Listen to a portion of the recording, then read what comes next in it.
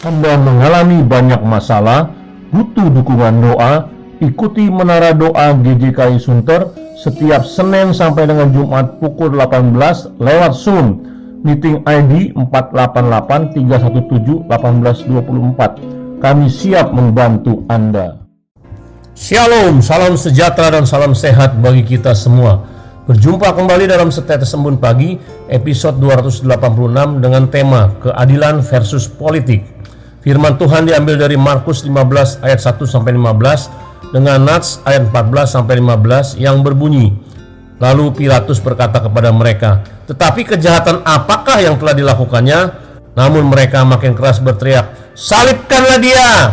Dan oleh karena Pilatus ingin memuaskan hati orang banyak itu, ia membebaskan Barabas bagi mereka, tetapi Yesus disesanya lalu diserahkannya untuk disalibkan. Saudara, peristiwa pengadilan Kristus di hadapan Pilatus menuai dilema bagi Pilatus. Dalam kisah ini kita melihat konflik yang nyata antara keadilan dan kepentingan politik. Pilatus, seorang pemimpin politik, tahu bahwa Yesus tidak bersalah, namun dia dihadapkan pada tekanan dari para pemimpin agama dan orang banyak. Ini mengajarkan kepada kita betapa sulitnya mempertahankan integritas di tengah-tengah kepentingan politik yang seringkali dapat merusak keadilan. Alhasil nampak pengkhianatan pemimpin agama terlihat dalam pengadilan Kristus.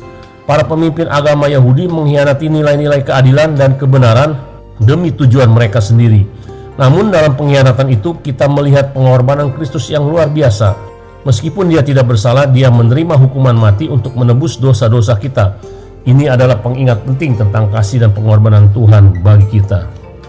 Hal kedua, kita juga belajar tentang peran orang banyak dalam mengambil keputusan.